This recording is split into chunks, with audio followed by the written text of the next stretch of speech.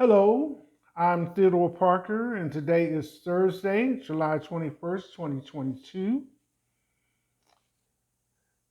Going into that second part of July, and another warm day, probably up in the 90s. Past couple of days have been such, with a little bit of thunderstorms. Kind of get situated here. I usually open the program with the temperature and also about the mask. COVID-19 story continues. But if you just take a quick look down memory lane, um, you'll remember that at one point we didn't even have a vaccine for COVID.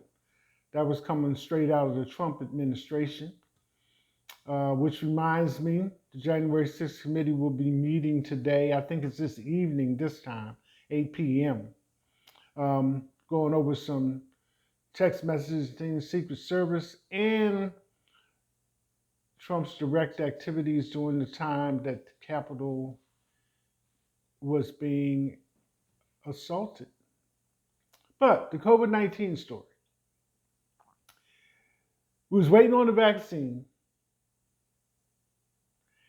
and we got the vaccine.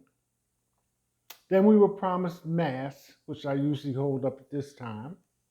And they come in various colors and accommodations, but it's recommended the one that I show you. And we start having the first round of vaccines, then the second round of vaccines. Then we caught a COVID-19 variant, and then we got a booster shot. And now we have two more variants of a variant. Omicron has two variants, BA4 and BA5. And it's still recommended that you wear the mask. So when I come on the air, per se, on the sideshow and give you the positivity rate for where I'm at, which happens this week, it's done weekly. So the new information is released on Tuesday of the week for the previous week, which gives you the positivity rate. So now here is 17.70%. So with double digit numbers, some of the advice that was given early on was a 14-day quarantine. And if anybody had to go through that, especially if they had a job, and then it was contact tracing, and then who were you around, and who was that person around, and who was that person around, to find out how many people you had been in contact with that had COVID-19 or COVID-19 symptoms. But the 14-day quarantine kind of took me back because although so far I have not tested positive for COVID-19, I did have to go through a 14-day quarantine. So at first I wasn't liking it. I was like, ugh, gotta be in here away from everybody else and this and that and the other. But I got my little supplies together, come out for my meals. And by the time it was cool for me to come out of quarantine on day 14, I like kind of settled in. I wasn't even that anxious to get back out there in G-pop. I mean, not in a prison mentality term, general population, but to start hobnobbing and rubbing elbows with everybody else again, because one of the things that I was having difficulty with was respiratory. I couldn't even really walk from one side of the room to the other without wanting to take a break. So by the time the medications and everything kicked in and got into effect and everything, and I was feeling better, But I was really cautious about what was going on around me. And then if you've been through that, you've probably been through somebody got COVID, so you got to go get tested for COVID and all this other kind of stuff. So that kind of timeline, and it's only a couple of years in, it would seem to me that it would behoove everybody to be as careful as possible in minimizing their exposure to COVID 19 and in that way minimize the spreading of COVID 19. Um, there's also talk with this new variant of a new vaccine for that. And then also, there's been conversation as time has gone by for the group that is being vaccinated by age has gotten younger and younger. And I think the last time I checked, it was like 6 years old. But for purposes of conversation, by the time a child is ready to enter school, preschool, primary school, middle school, whatever, that shot will have been administered. So I just wanted to kind of like spend a minute talking about that because, people, okay, when I go to the store in my area, there are more people without masks than there are with masks, especially if you go to like a small convenience store or what you consider a neighborhood store. People just dash in, get what they want, stand around and talk and so forth and so on. And nobody's wearing a mask except me. So I have my mask in my pocket, same way with riding with somebody. Get in the car, the mask is on the console, pull my mask out, we're both wearing masks because getting ready to go somewhere to do something. But you have to kind of move that mentality forward to kind of put a curtail on that. And then on top of this, you got all these other things that are coming up, like monkeypox and things that are not even in this country, but are in other countries. Because monkeypox was not even declared first in this country, it was in another country. And as much as they have been canceling airplane travel, somehow or another, it got here. So, that being said, you have to have your hats off, your eyes open, to advice and suggestions that come from medical experts and in position to determine these kind of things for the benefit of the general public and individuals in particular. So places like the CDC and public health and all these other kind of agencies do play a vital role in keeping you going as far as your livelihood, providing income and all that kind of stuff. Because if you get sick and can't go to work, then boom, you're going to draw unemployment for 2 weeks? I don't think so. So the mask.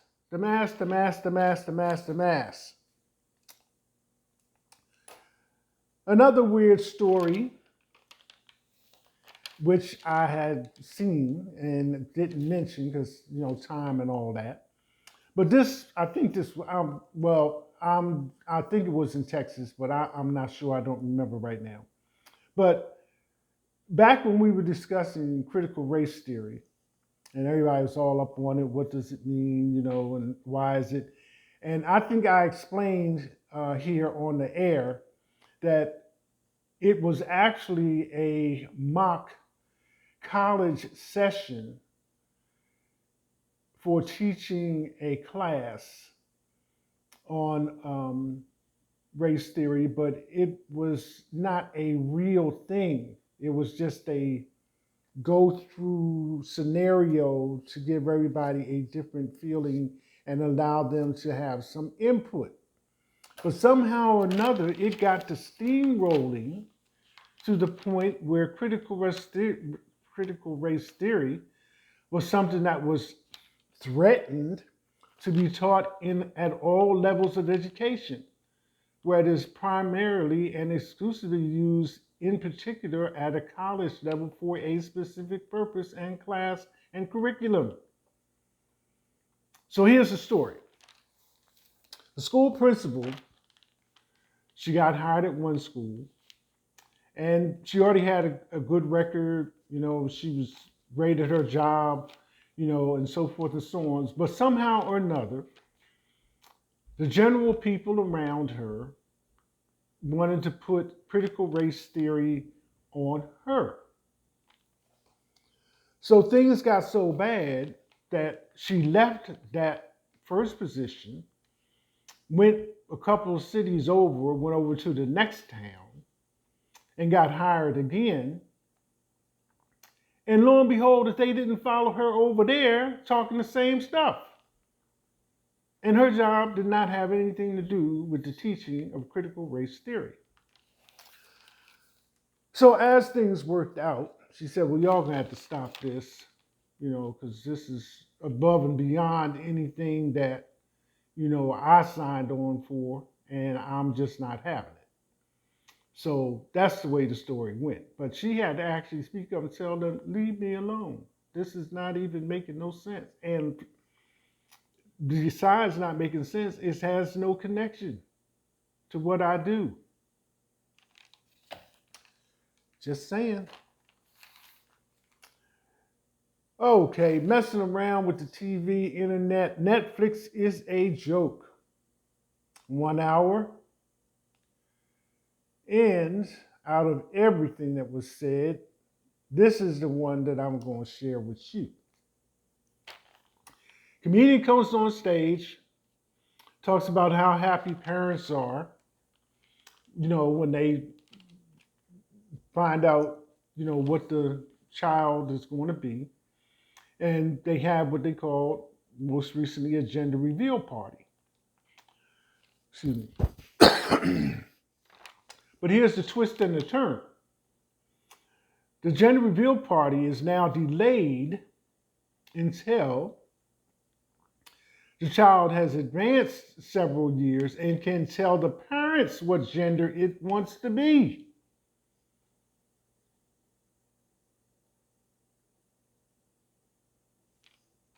Okay.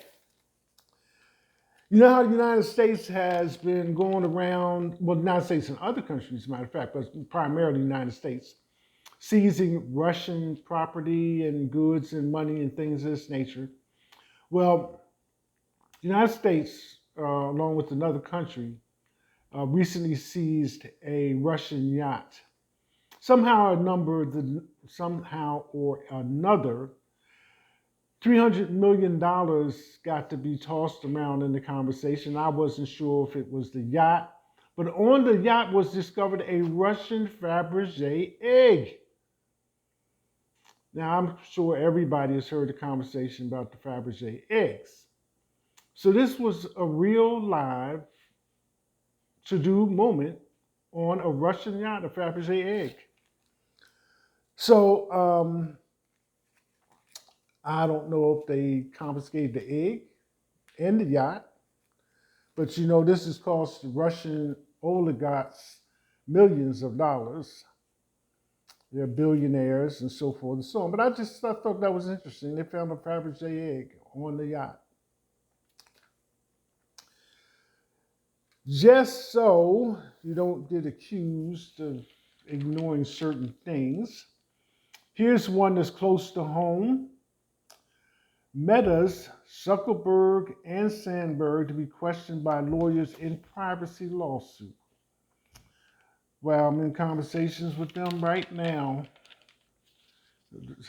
It's hard to believe sometimes. But anyway, Meta Platforms, both of them, matter of fact, I even asked her, I said, are you the Sandberg? Yes. Meta Platforms Inc.'s Chief Executive Officer Mark Zuckerberg and outgoing Chief Operating Officer Sheryl Sandberg to be disposed as part of San Francisco federal court litigation over the Cambridge Analytical data sharing scandal. Of course, Mark shared a picture of him changing a diaper. That probably is a few years back. I'm just saying, I know it's probably hard to believe and so forth and so on, considering just the circumstances, but it is Facebook and it is Google and it is the internet. Thursday, July 21st, 2022. It continues. A proposed class action lawsuit alleges Facebook violated consumer privacy laws by sharing users' personal data with now defunct British political consultant Cambridge Analytical and others. If you remember when that story broke, it was about politics and Trump and everything else mixed all up in there together. Um, but now, you know, they've got a session in court. So it grinds on. As you know, I'm a great music lover. I love music and I like to listen to my music. Sometimes it's my experience, I'll even play some. So this brings me to something that I saw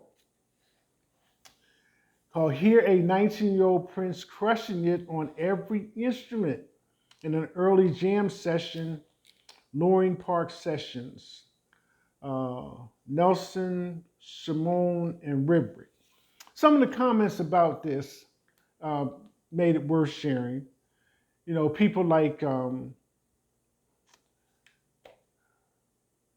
Quincy Jones, Prince's drummer Bobby Z, um, Stevie Wonder, all give Prince allocates for how his music is done.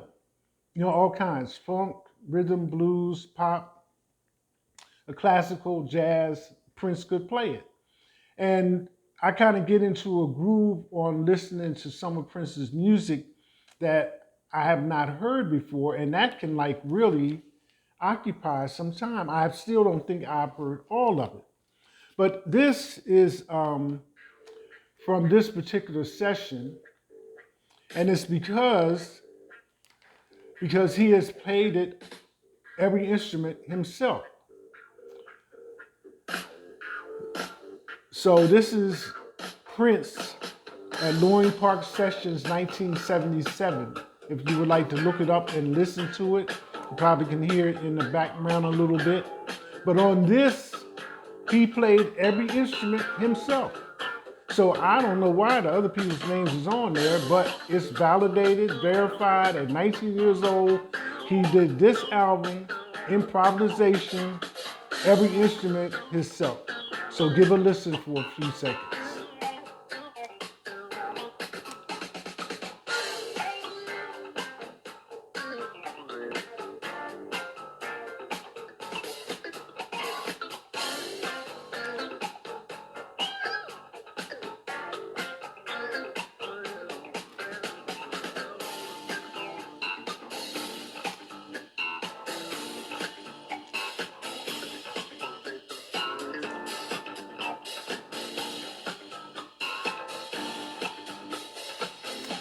Funk, pop, rock, R&B. Great Prince.